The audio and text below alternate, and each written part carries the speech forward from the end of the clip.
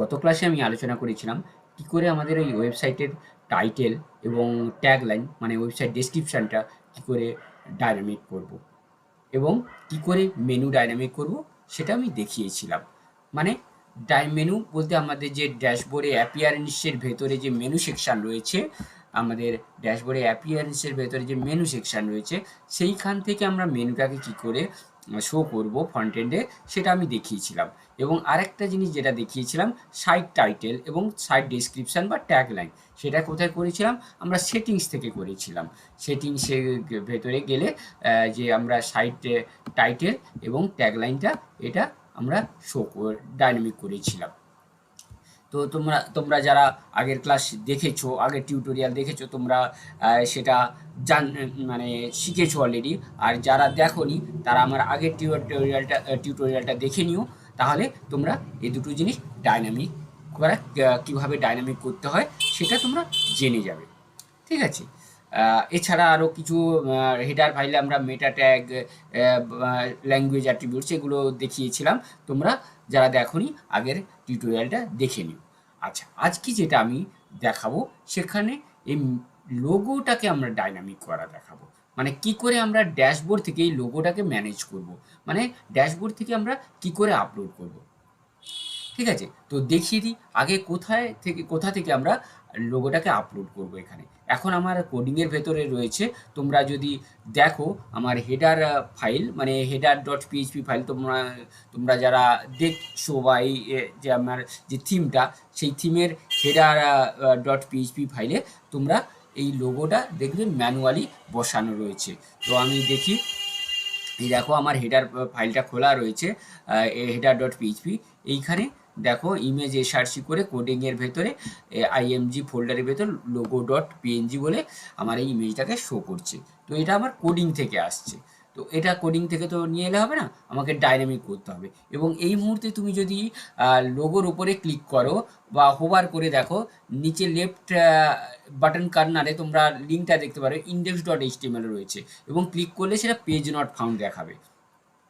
হ্যাঁ, তার মানে আমাদের এইরকম ইন্ডেক্স ডট এইচটিএমএল বলে কোনো ওয়ার্ডপ্রেসের ফাইল নেই।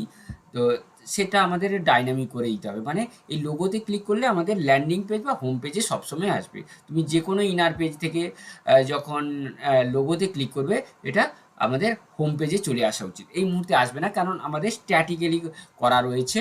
এই যে তুমি যদি দেখো এখানে আমরা এই অ্যাঙ্কার ট্যাগের ভেতরে এইচআরএফ এর ভেতরে আমাদের এই ইন্ডেক্স ডট এইচটিএমএল করা রয়েছে।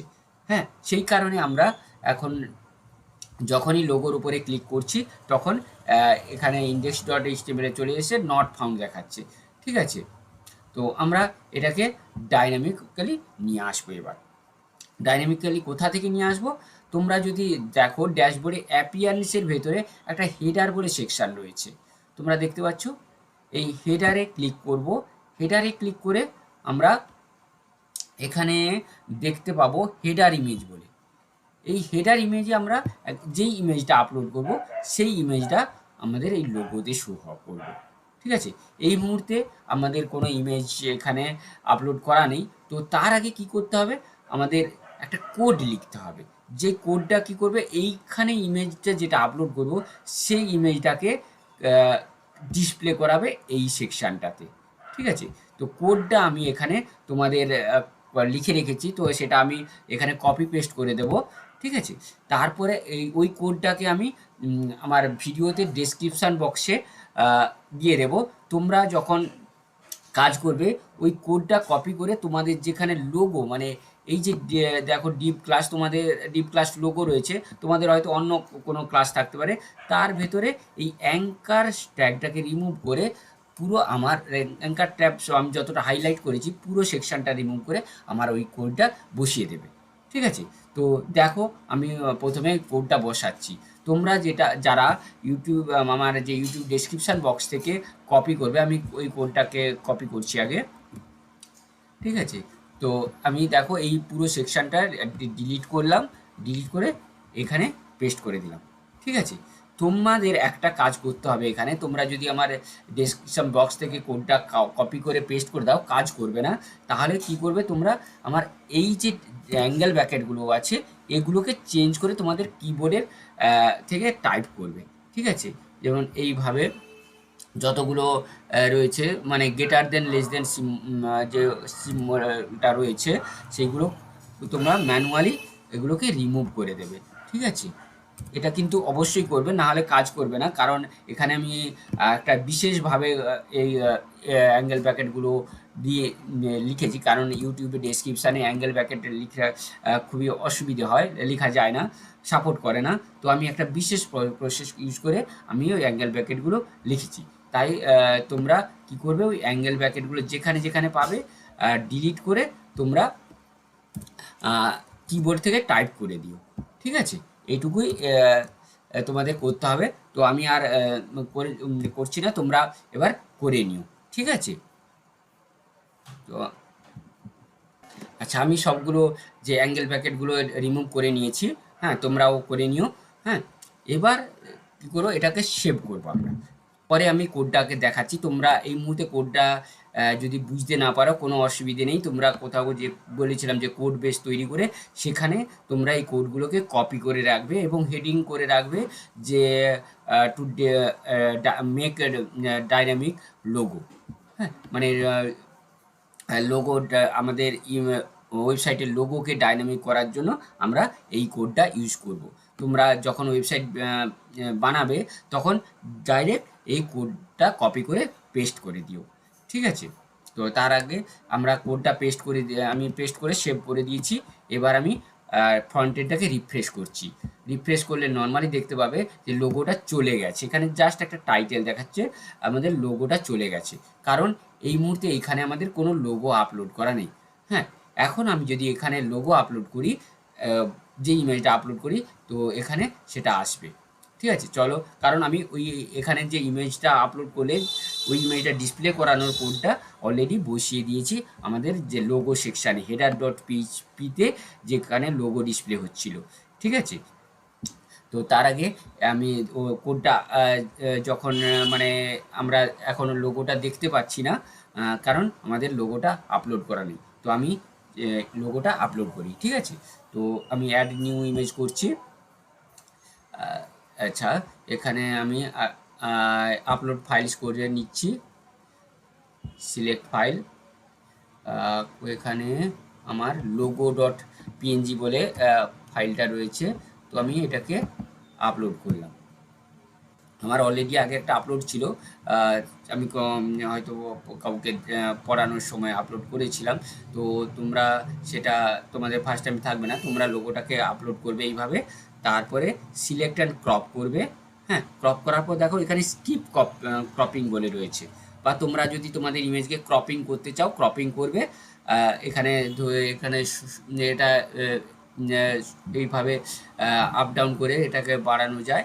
তো তোমরা সেখানে তোমাদের মত করে নিও, আমি এখানে ক্রপিং করছি না, ঠিক আছে? তোমাদের এইখানে দেখো আমার ইমেজটা হাফ, যদি আমি ক্রপ ইমেজ করি তাহলে এখানে হাফটা কপি হবে। যেইটুকু সেকশন সিলেক্ট হয়ে আছে দেখতে পাচ্ছ, ওইটুকু ইমেজটা সিলেক্ট হয়ে যাবে। নিচে যে ব্ল্যাক সেকশনটা, গ্রে সেকশনটা দেখতে পাচ্ছ, ওইটুকু ইমেজে দেখাবে না। তাই আমি এখানে ক্রপ করছি না, কারণ আমার পুরো ইমেজটা আমি শো করতে চাই। আর তোমরা যদি চাও ক্রপ করতে, তাহলে সেইভাবে আরও যদি মানে এই ছোটো ছোটো বক্সগুলো দেখতে পাচ্ছ স্কোয়ার টাইপের, ওইগুলোর ওপরে মাউস হোভার করে ড্র্যাগ করে তোমরা ওই ক্রপিং সেকশানটা ছোটো বড়ো করতে পারো, ঠিক আছে? আমি স্কিপ ক্রপিং করলাম, ঠিক আছে? দেখো আমার এখানে ইমেজটা চলে এসছে, ঠিক আছে? দেখতে পাচ্ছ। এবার আমি এটাকে পাবলিশ করলাম।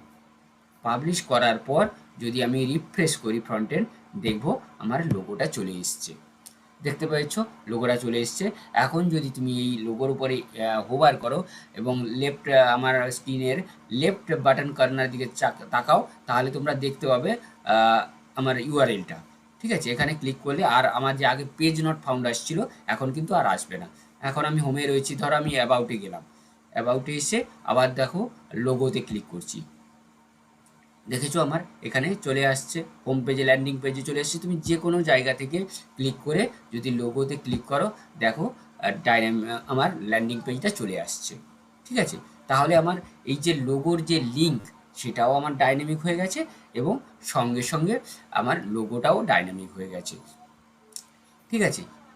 এবার আমরা যদি কোডটা তোমরা যদি কেউ বুঝতে চাও পরে আমি বুঝিয়ে দেবো। এখানে দেখো অ্যাঙ্কার ট্যাগের ভেতরে আমি এসকেপ ইউআরএল হোম ইউআরএল দিয়েছি। হ্যাঁ, হোম ইউআরএলে এই ফাংশনটা দিয়ে আমরা কি করি, ল্যান্ডিং পেজে চলে আসি। তারপরে এখানে আমাদের অ্যাকচুয়ালি ইমেজ শো হচ্ছে, এই ইমেজ এসআরসির ভেতরে হেডার ইমেজ এই ফাংশনটা দিয়ে ইমেজ শো হচ্ছে, ঠিক আছে। আর এইটা জাস্ট ইমেজের হাইট উইথগুলো মেনশান করা হয়েছে। আর লাস্টে আমাদের অল্ট রয়েছে। অল্ট ইমেজ যদি তোমরা ইমেজ আপলোডের সময় অল্ট করে থাকো তাহলে এখানে অল্ট দেখতে পাবে। মানে তোমরা যদি এই এখানে ইন্সপেক্ট করো বা সোর্স কোড করো তাহলে ও অল্টটা দেখতে পাবে। হ্যাঁ, হাইট আমি অল্ট দেখো অটোমেটিক ট্রাভেলও নিয়ে নিয়েছে, সাইট টাইটেল নিয়ে নিয়েছে, ঠিক আছে। কারণ এই কোডটা থেকে আসছে আমার যে এই যে name blog get blog info name display, এই যে ফাংশনটা রয়েছে আরটা, এই ফাংশনটা থেকে আমার ইমেজের ব্লগটা নিয়ে নিই, আমার অল্ট টেক্সটটা শো করছে। তো আমি এই টিউটোরিয়ালটাতে আমি কোড নিয়ে ডিটেলস আলোচনা করছি না। যখন আরও অ্যাডভান্স লেভেলে যাব তখন আমি এই কোডগুলো নিয়ে আলোচনা করব, কারণ তোমরা এই মুহূর্তে যদি আমি এই কোডগুলো নিয়ে আলোচনা করি তাহলে তোমাদের খুবই অসুবিধা হবে বুঝতে। হ্যাঁ, কারণ তাহলে তোমাদের ওয়েবসাইটটা বিল্ড আপ করার মানে তৈরি করার মতো ইচ্ছেটাই চলে যাবে। তাই তোমরা এখন এই মুহূর্তে এই কোডগুলো কপি করে ওয়েবসাইট বানানো শিখে যাও। তারপরে একটা বিশেষ লেভেলের পর তোমরা এই কোডগুলো নিয়ে নাড়াচাড়া করবে এবং আমি তখন টিউটোরিয়াল আপলোড করব, ঠিক আছে। তো আজকে আমি আর এই ভিডিওটা লেন্দি করছি না, শর্টই রাখছি আজকের ভিডিওটা। তো দেখা হচ্ছে তোমাদের নেক্সট ক্লাসে।